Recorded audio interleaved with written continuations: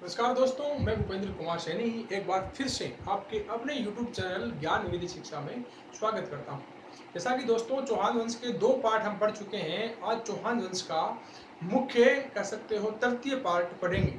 इसके अंदर हम चर्चा करेंगे अजयराज की, अर्णोराज की और विजयराज चतुर्थ की। 3 इंपॉर्टेंट शासक हैं, इनको मैंने एक अलग वीडियो के अंदर आपको कह सकते हो प्रोवाइड करवाऊंगा। ठीक है, अब देखिएगा इनके बारे में अच्छे अच्छे फैक्ट हम पढ़ेंगे और जहाँ से क्वेश्चन ज़्यादा बढ़ने की संभावना है वो फैक्ट इसमें पढ़ेंगे। ठीक है, बात करेंगे आपके अजयराज की। ठीक है, अजयराज की बात करेंगे तो अजयराज ने क्या किया था कि जो आपका सपालदक्ष है, कौन है सपालदक्ष, सपालदक्ष का ये शासक बनता है 1105 में। कब बनता है? 1105। इसका कार्यकाल 1173 से 1130 बताया जाता है, लेकिन सपालदक्ष का ये शासक बनता है 1105 में। कब बनता है? 1105 में। अब क्या करेगा ये अपनी राजधानी चौहान वंश की प्रारंभिक राजधानी आपकी पता है अहिच्छत्रपुर थी। अब ये दूसरी राजधानी बन रही है, कौन सी?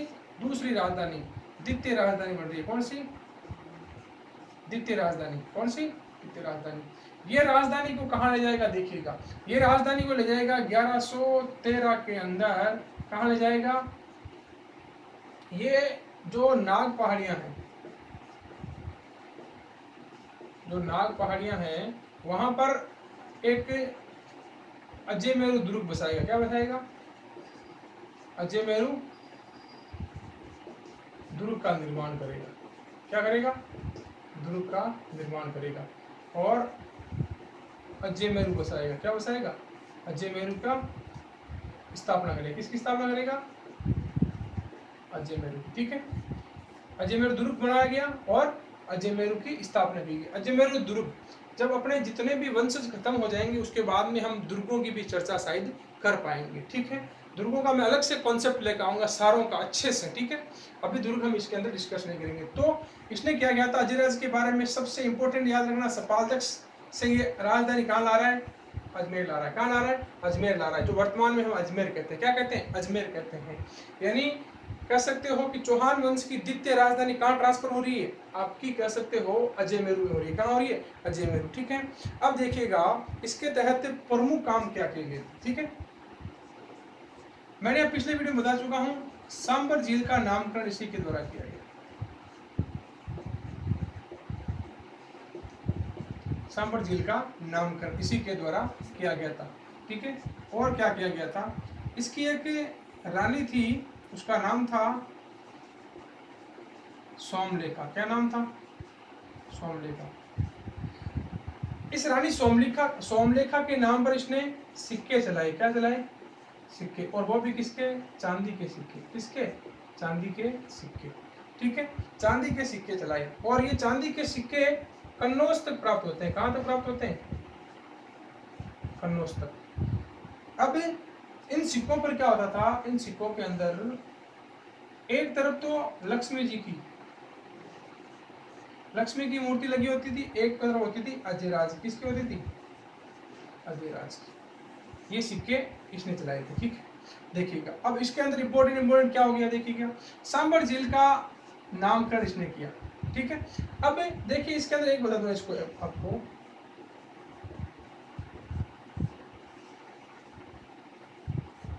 जो सांबर झील का प्रवर्तक था वो तो कौन था? वासुदेव चौहान था। कौन था? वासुदेव चौहान, जिसका कार्यकाल उन्होंने पड़ा था 551 ईस्वी में था। ध्यान रखना, ये इसका प्रवर्तक है। वासुदेव चौहान क्या है? प्रवर्तक। और नामकरण किसने किया है? ध्यान रखना, नामकरण किया है अजयराज ने। किसने किया है? अजयराज ने। अब अलग अलग फैक्ट ध्यान रखना, एग्जाम में आपको कंफ्यूज कर सकते हैं, प्रवर्तक पूछ सकते हैं, नामकरण पूछ सकते हैं। प्रवर्तक तो याद रखना आपको वासुदेव चौहान, नामकरण की बात करें तो आपको याद करना है अजयराज। क्या याद करना है? अजयराज। फिर इसकी रानी सोमलेखा के नाम पर इसने सिक्के चलाए। क्या चलाए? सिक्के चलाए, और जो सिक्के कन्नौज तक मिले। इसका अर्थ कि जो चौहानों का शासन है वो कन्नौज तक था। कहाँ तक था? कन्नौज। सिक्के वहां से मिले हैं तो कन्नौज तक था। ठीक है, और सिक्के के ऊपर एक साइड में लक्ष्मी जी की मूर्ति है, एक तरफ किसकी? अजयराज की। ठीक है, अब अजयराज क्या करेगा कि अब अपना शासन है वो किसको सौंप देगा? अपना शासन सौंप देगा अपने पुत्र अर्णोराज को। किसको सौंप देगा? अर्णोराज को। अब पढ़ते हैं हम अर्णोराज के बारे में। ठीक है,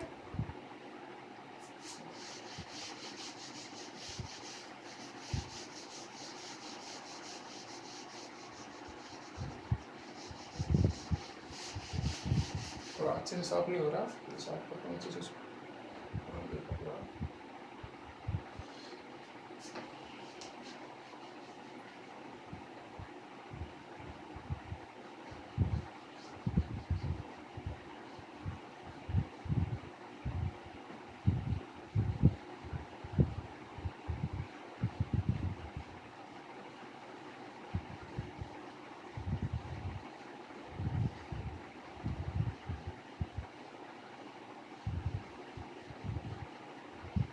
ठीक है, ये अच्छे से साफ हो चुका है थोड़ा।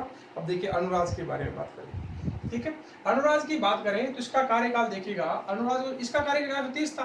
1130 से 3 साल के बाद तक खाली रहा। 1133 से इसका कार्यकाल शुरू होता है। कब से शुरू होता है? 1133 से अनुराज का जो कार्यकाल है। ठीक है, इसका कार्यकाल 1133 से शुरू हुआ। कब होगा? 1133 से, और 1133 से इसका चलेगा 1155 तक। ठीक है, 1155 तक। ठीक है, अनुराज को हम क्या कहते हैं? आनाजी भी कहते हैं। क्या कहते हैं? आनाजी भी कहते हैं। ठीक है, अब मुख्य विशेषता देखना आनाजी के बारे में अगर बात करें तो इसके 2 दरबारी कवि थे। 2 दरबारी कवि थे। एक का नाम था सोमदेव। क्या नाम था? सोमदेव।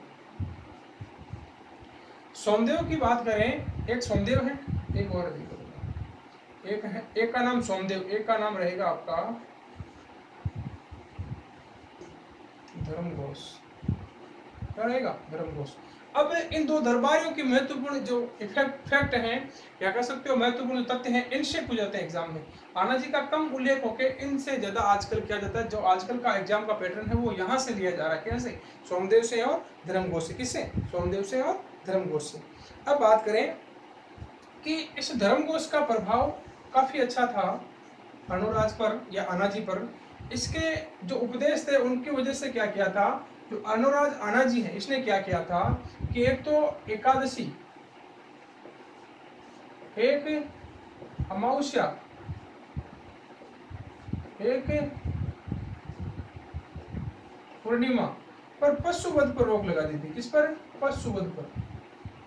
पशुवध पर रोक लगा दी थी। इसके द्वारा, धर्मघोष के द्वारा। धर्मघोष से ज्यादा इफेक्ट था इसका।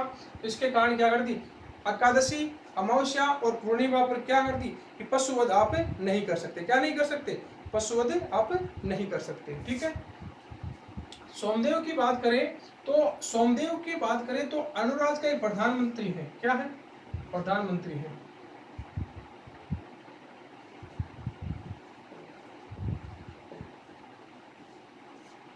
अनुराज का एक प्रधानमंत्री जिसका नाम आता है पद्मनाभ। क्या आता है? पद्मनाभ। इस पद्मनाभ ने क्या किया था, सॉरी मैंने आपको सोमदेव बता दिया इसके अंदर ना, सोमदेव नहीं है, ये कौन सा है, ये आपका है देवघोष। सॉरी, इसके अंदर सोमदेव नहीं होगा, देवघोष होगा। क्या होगा? देवघोष होगा। क्या होगा? देवघोष। गलती से बता दिया मैंने आपको, देवघोष।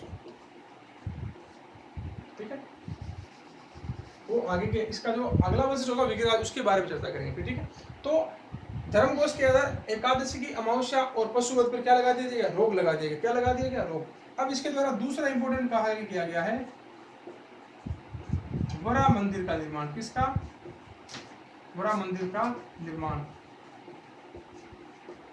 ठीक है, वरा मंदिर के निर्माण की बात करें तो इसके अंदर जो मूर्ति थी,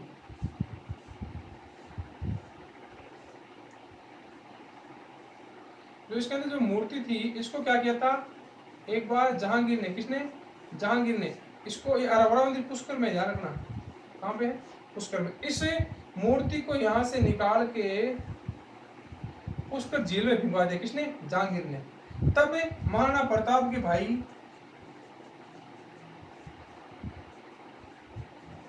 जो महाराणा प्रताप के भाई हैं, महाराणा प्रताप के भाई हैं, इसने वापस ये मूर्ति निकाली और ये वापस यहाँ लगाई थी। किसने? महाराणा प्रताप के भाई ने। किसने लगाई थी? महाराणा प्रताप के भाई। ठीक है, भाई कौन थे महाराणा प्रताप के? शक्ति सिंह। कौन थे?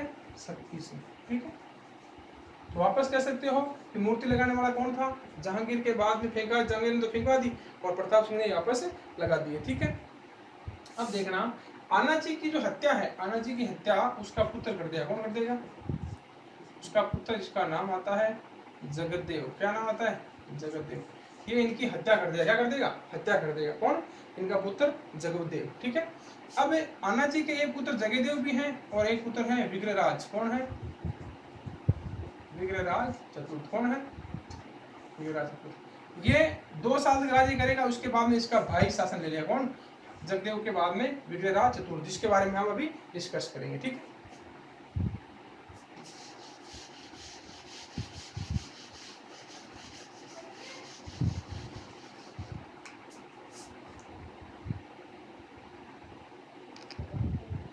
जैसा कि हम डिस्कस कर चुके थे कि अर्णोराज की जो हत्या है उसके पुत्र ने कर दी थी। किसने? उसके पुत्र ने। उसके बाद में विग्रहराज शासक कौन बनेगा? कौन बनेगा? विग्रहराज चतुर्थ। अब देखिए विग्रह चतुर्थ के बारे में डिस्कस करते हैं। विग्रहराज चतुर्थ। ठीक है। इसे हम कहते हैं विशलदेव। क्या कहते हैं? विशलदेव। क्या कहते हैं? विशलदेव। ठीक है। जो इसकी उपनाम या उपाधि कह सकते हो। क्या कह सकते हो? या तो इसकी उपाधि कह सकते हो या उपनाम कह सकते हो। इसको कहा जाता है कवि बांधव। क्या कहा जाता है इसको? कवि बांधव। किस वजह से? कवियों को आश्रय देने के कारण। कवियों को आश्रय देने का, यानी इसके दरबार में बहुत सारे कवि थे। क्या थे? बहुत सारे कवि थे। ठीक है। अब बात करें इसके जो कह सकते हो दरबार में प्रमुख जो कवि थे वो कौन थे? जो हमने पिछला जो पाठ दे अर्णोराज के अंदर, वो यहाँ पे है सोमदेव। कौन? सोमदेव। दूसरा नरपति नाल। कौन सा? नरपति नाल। ये सोमदेव है और नरपति नाल। अब सोमदेव के बारे में डिस्कस करेंगे। जो ये विशलदेव है आपका, विशलदेव है इसका प्रधानमंत्री। कौन? देखिएगा इसका जो प्रधानमंत्री,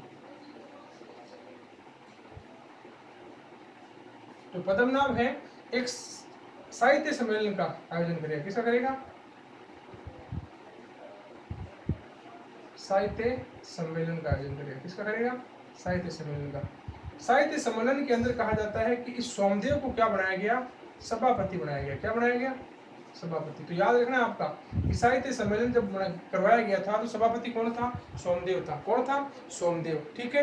अब इस सोमदेव की एक रचना है जिसका नाम आता है ललित विग्रह। कौन सी रचना? ललित विग्रह इसकी रचना का नाम है। क्या नाम है? ललित विग्रहराज। ठीक है। इसके बाद में इसकी रचना है विशलदेव रासो। विशलदेव रासो। ठीक है। इंपोर्टेंट रचना ध्यान रखना, इसकी तो है आपकी ये और इसकी है ये विशलदेव रासो। ठीक है। तो ये इसका जो प्रारंभिक परिचय क्या है? प्रारंभिक परिचय। अब देखिएगा इसकी जो महत्वपूर्ण उपाधि कह सकते हो, उपलब्धि, सॉरी उपाधि नहीं, उपलब्धि, या कह सकते हो सैनिक अभियान। क्या?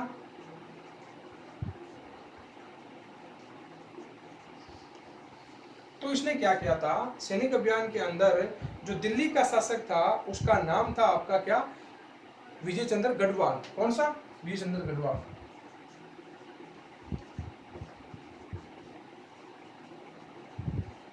दिल्ली के शासक विजय चंद्र गढ़वाल।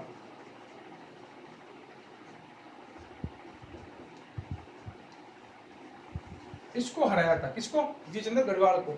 और अपनी सीमाएं कहां तक ले गया था? ये दिल्ली तक ले गया था। कहां तक ले गया था? दिल्ली तक। ठीक है।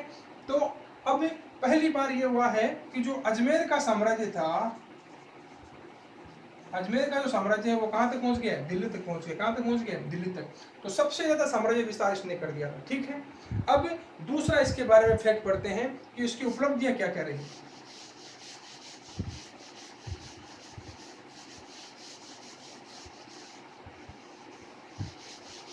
इसकी उपलब्धियां क्या क्या थी देखिए। ठीक है। तो उपलब्धियां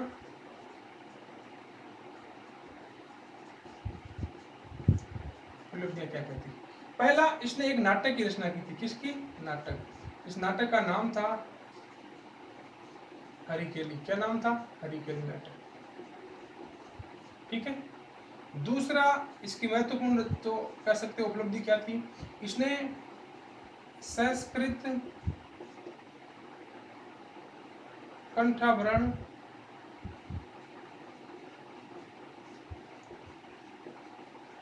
सरस्वती पाठशाला ये बनाई थी अजमेर में। कहाँ बनाई थी?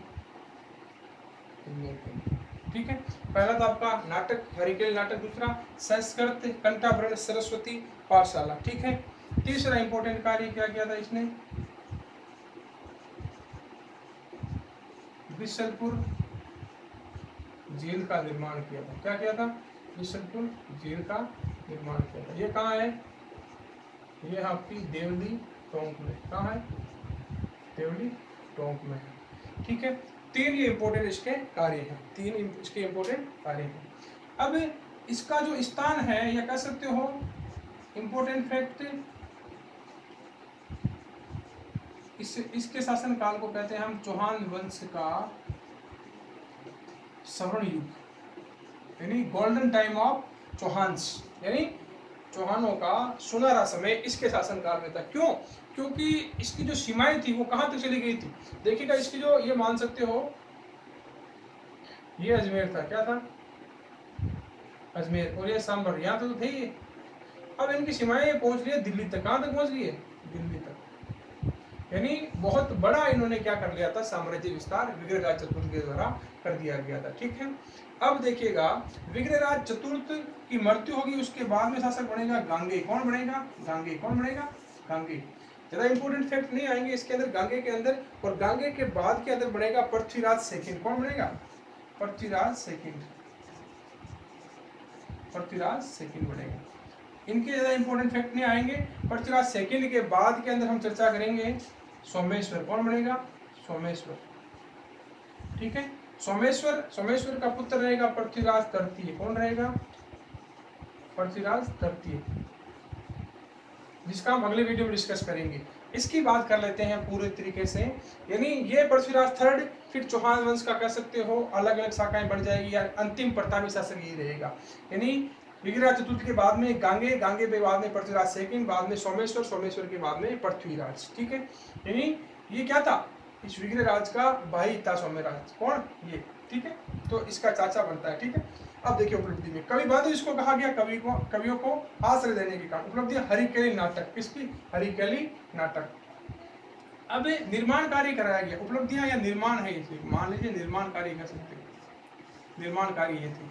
ठीक है, ये संस्कृत कंठाभरण सरस्वती पाठशाला, यानी ये पाठशाला थी अजमेर में। इसको क्या किया गया था, मोहम्मद गोरी के जो गुलाम था कुतुबुद्दीन ऐबक, उसके द्वारा तोड़वाया गया और उसकी जगह क्या बनाया गया था, 2.5 दिन का झोंपड़ा बना दिया गया था। 2.5 दिन का इसने झोंपड़ा बना दिया था। क्या बना दिया था? इसी को तोड़कर। किसको? इस संस्कृत कंठाभरण पाठशाला को तोड़कर। और इसके जो खंबे थे, इस खंभों पर ये नाटक अभी भी लिखा मिलता है। अभी भी इसकी दीवारों पर जो खंबे हैं इस पर नाटक ये लिखा मिलता है, हरिकेली नाटक की कुछ पंक्तियां संस्कृत भाषा के अंदर। ठीक है, 2.5 दिन का झोंपड़ा राजस्थान की प्रथम मस्जिद कहते हैं इसे। क्या कहते हैं? राजस्थान की प्रथम मस्जिद। बिशलपुर झील, जो आज आप देखते हो बिशलपुर बांध टोडा राय सिंह कस्बे के अंदर, वो देवली टोंक के अंदर ये बांध झील का निर्माण किसने करवाया था? इसी ने करवाया था। और इसी के समय में कहते हैं चौहान वंश का स्वर्णिम युग। क्या कहते हैं? चौहान वंश का स्वर्णिम युग। और इसके बाद में इसका पुत्र गांगे क्या हुआ था? गांगे के बाद में पृथ्वीराज सेकंड बना था। कौन बना था? पृथ्वीराज सेकंड। ये पृथ्वीराज सेकंड क्या था? निसंतान था। क्या था? निसंतान। तो इसके बाद में कौन बनेगा? इसका चाचा सोमेश्वर बनेगा। कौन बनेगा? सोमेश्वर। सोमेश्वर का पुत्र पृथ्वीराज तृतीय। पृथ्वीराज तृतीय की बात करेंगे हम अगले वीडियो के अंदर, क्योंकि वीडियो बड़ा हो जाएगा और पृथ्वीराज तृतीय बहुत विस्तार से पढ़ेंगे। ठीक है, तो दोस्तों आपको ये वीडियो अच्छा लगे तो लाइक करें, चैनल को सब्सक्राइब करें और ज़्यादा से ज़्यादा वीडियो को शेयर करें। किसी प्रकार की कोई क्वेरी हो तो आप कमेंट बॉक्स में अवश्य लिखें। धन्यवाद दोस्तों।